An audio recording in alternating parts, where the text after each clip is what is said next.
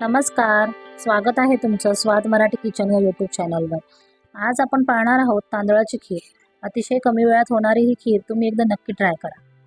फार कमी वेळेत ही खीर बनवून तयार होते. अगदी रबडीसारखे मलाईदार आणि चवीला सुद्धा छान लागते. चला तर मग रेसिपीला सुरुवात करूया.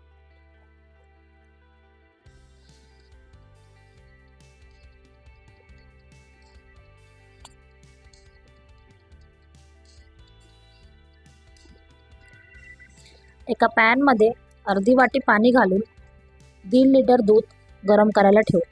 इथे मी म्हशीचं दूध वापरलं आहे. त्याने खिरीला छान क्रीमी असं टेक्स्चर येतं.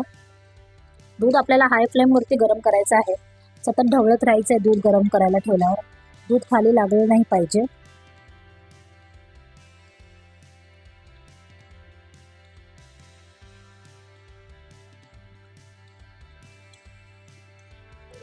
दुधाला छान उकळी आली. आता आपण बाकी काय साहित्य लागतील ते पाहून घेऊ. इथे मी घेतले अर्धी वाटी तांदूळ आणि 7 ते 8 काजू. हे दोन्ही मी 15 मिनिटं भिजवून घेतले. आणि घेतले अर्धा चमचा इलायची पावडर, केशरचं दूध, अर्धी वाटी साखर आणि ड्रायफ्रुट्स. साखर तुम्ही आवडीप्रमाणे कमी जास्त करू शकता. साधारण 4 ते 5 मिनिटं झाली आहेत. दुधाला छान उकळी येऊन दूध आटायला सुरुवात झाली आहे. आता यामध्ये घालूया घेतलेल्या तांदळापैकी अर्धे तांदूळ. अर्धी वाटी तांदळामधले पाव वाटी तांदूळ मी आत्ता घालते. व्यवस्थित मिक्स करून घेऊयात. तांदूळ कढईला चिकटले नाही पाहिजेत, यासाठी सारखं कंटिन्यू मिक्स करत राहायचं आपल्याला. तांदूळ दुधामध्ये छान शिजून होईपर्यंत आपण बाकी तयारी करून घेऊ. इथे मी गॅस स्लो केला.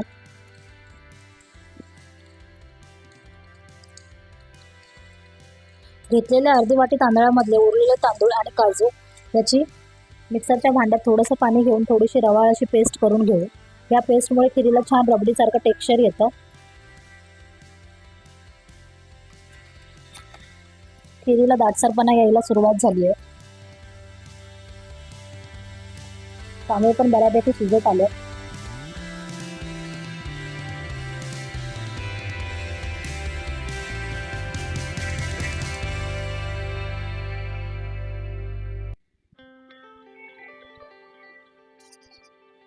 आता यामध्ये घालूयात तांदूळ आणि काजूची जी पेस्ट करून घेतली ती आपण घालून घेऊ.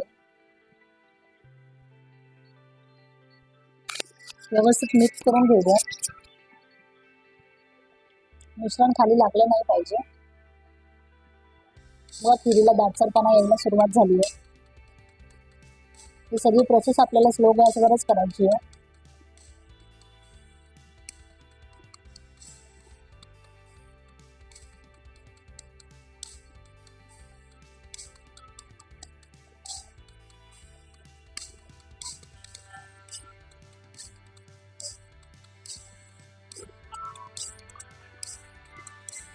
अर्धा चमचा वेलची पूड घालून घेऊ.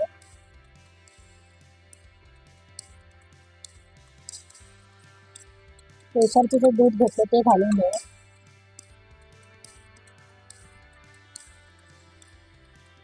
व्यवस्थित मिक्स करून घेऊया.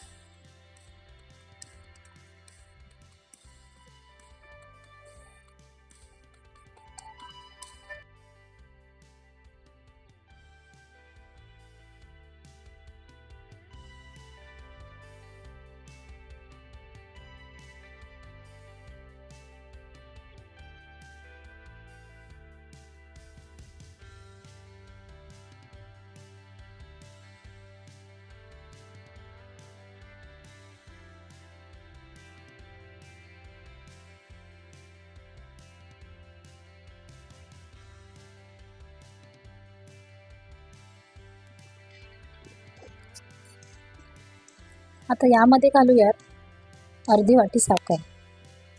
साखर तुम्ही आवडीप्रमाणे कमी जास्त करू शकता.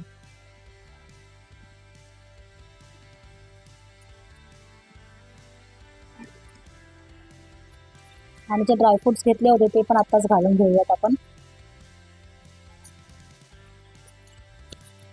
व्यवस्थित मिक्स करून घेऊयात.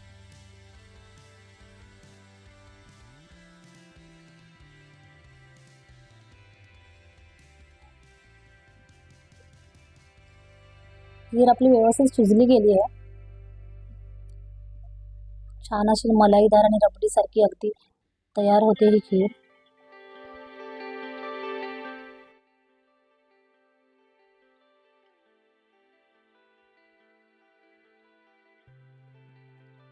तयार आहे आपली तांदळाची खीर.